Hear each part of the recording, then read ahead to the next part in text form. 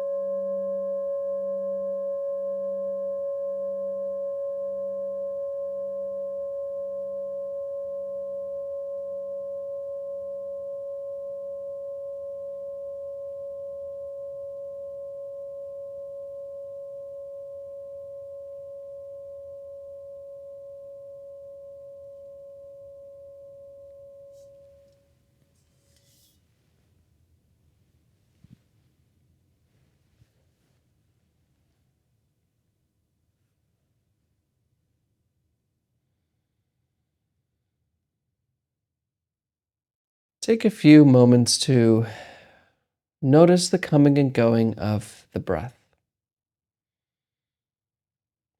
the gentle rise and fall of the rhythmic breath.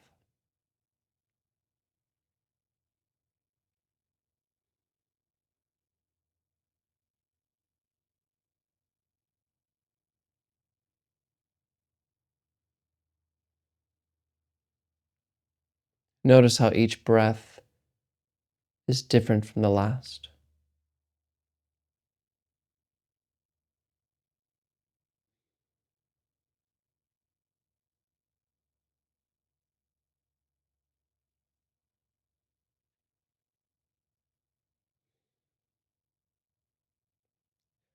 Noticing the subtle pleasure with each inhalation and exhalation.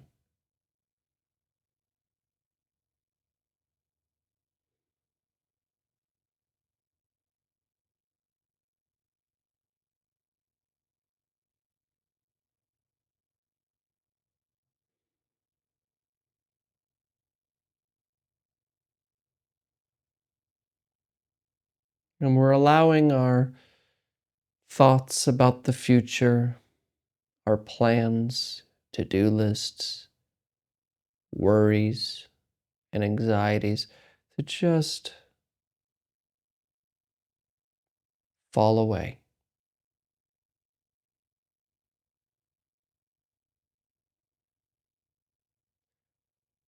And notice that this moment with the breath is free from the future.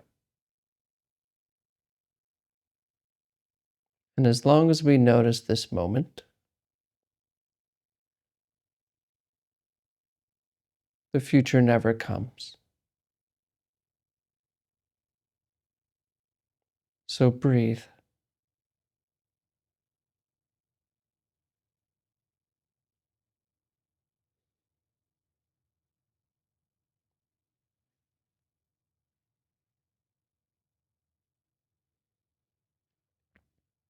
rising and falling.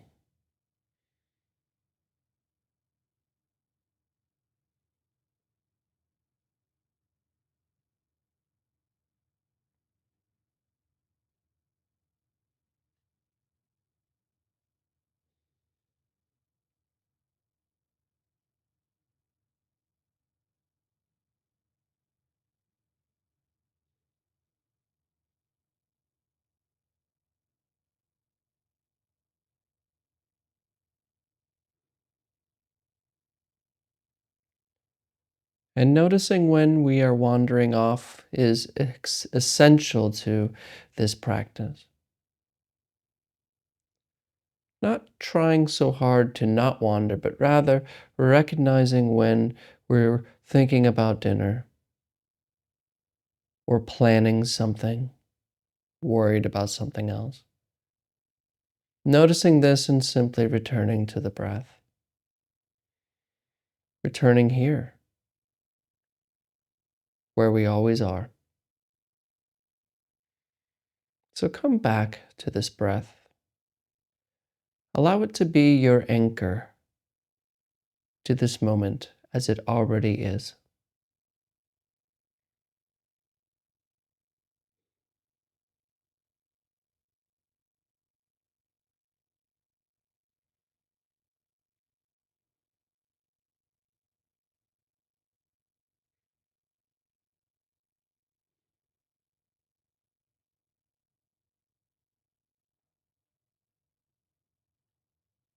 And don't worry if you're doing it right or if you're doing it wrong or if you think you're failing or you think this is just not for you.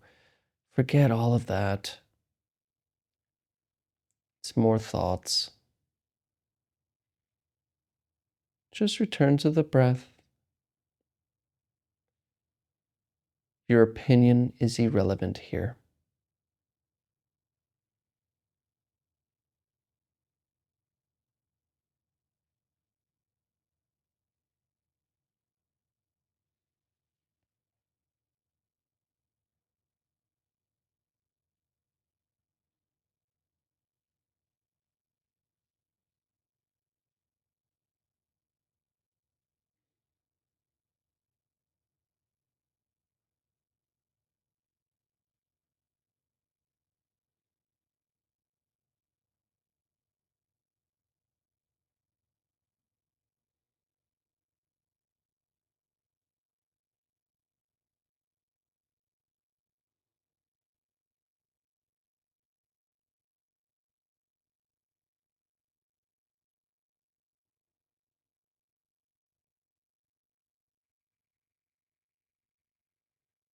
Coming back again to the breath,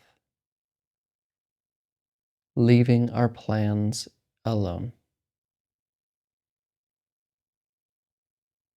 Notice this joy that arises when we come back. There's this subtle sweetness upon our return. Let that be your gift. Let that be an indication that something right is happening here. Returning to where we always are.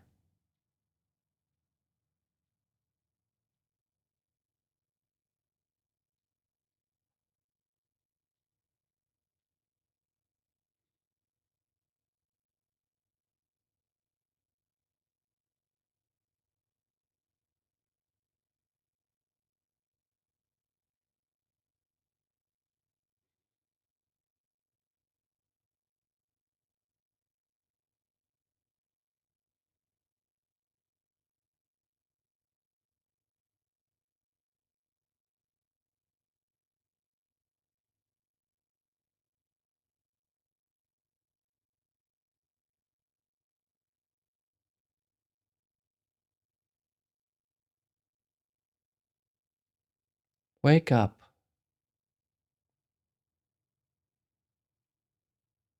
Wake up from the future and wake up from the past. These irrelevant, heavy burdens we carry along, thinking they will grant us happiness.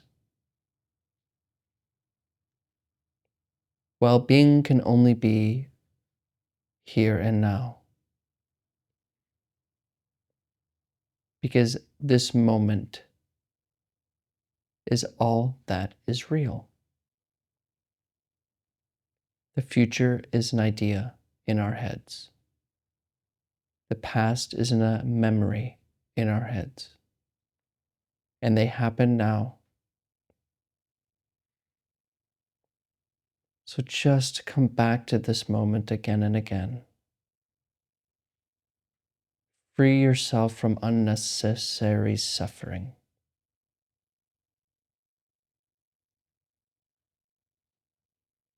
And completely rest.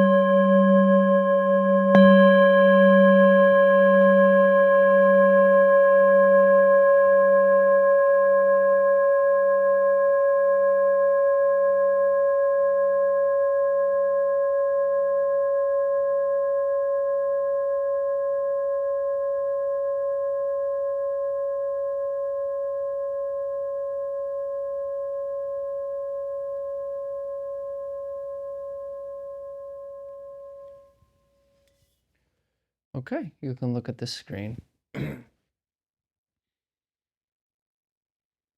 There's a lot of anxiety around in our country, in our culture. And I think the thing that I personally struggle with the most is this anxious mind, this overactive, thinking, future-minded human being. Um, it can be a real detriment. And if that's you, I understand.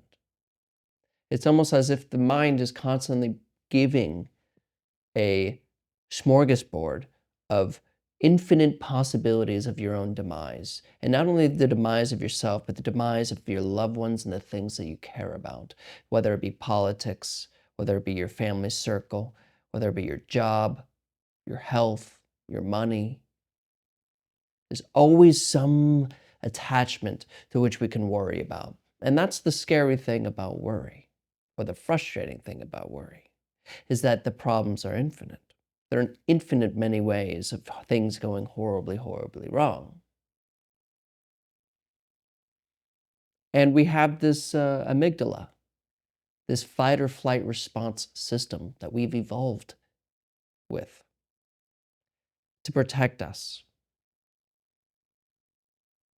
But because our world, and especially the media and the things that we get to see, human beings are naturally more interested in things that are negative, the scary, the horrible things that happen in the world.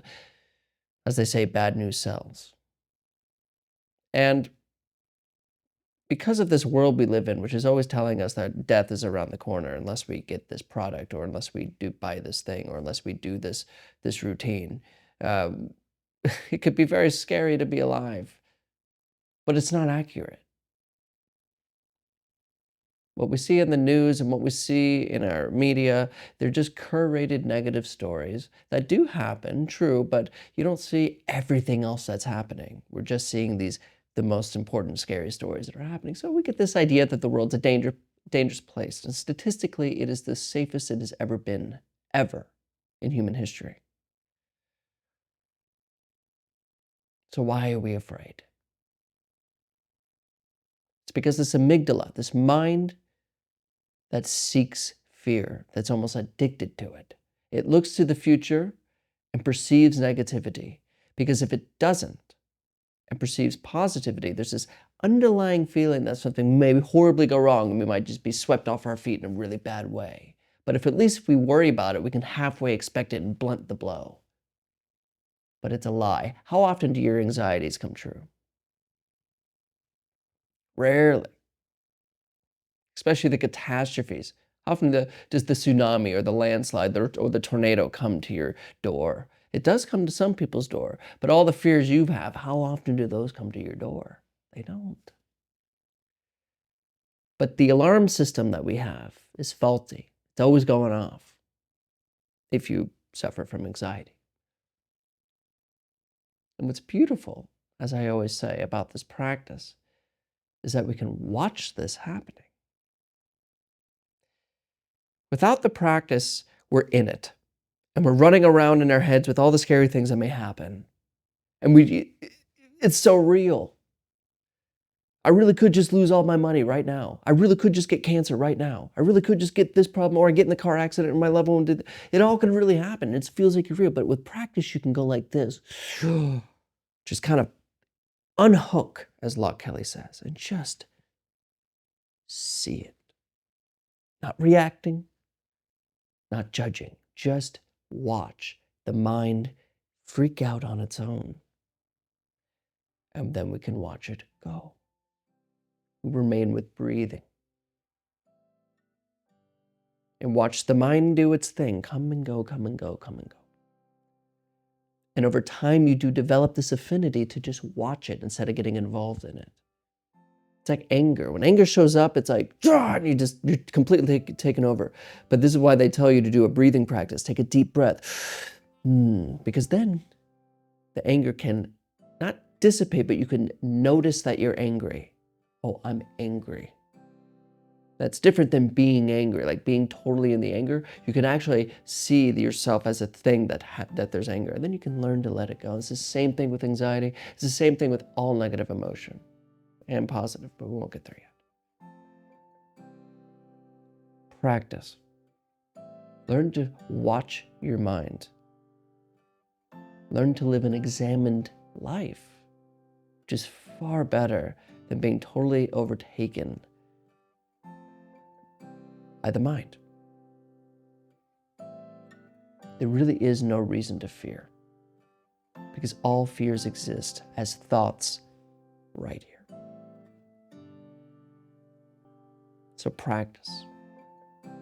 Whatever you do, just practice.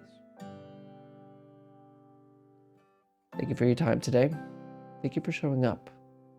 And as always and without exception, I'll see you tomorrow.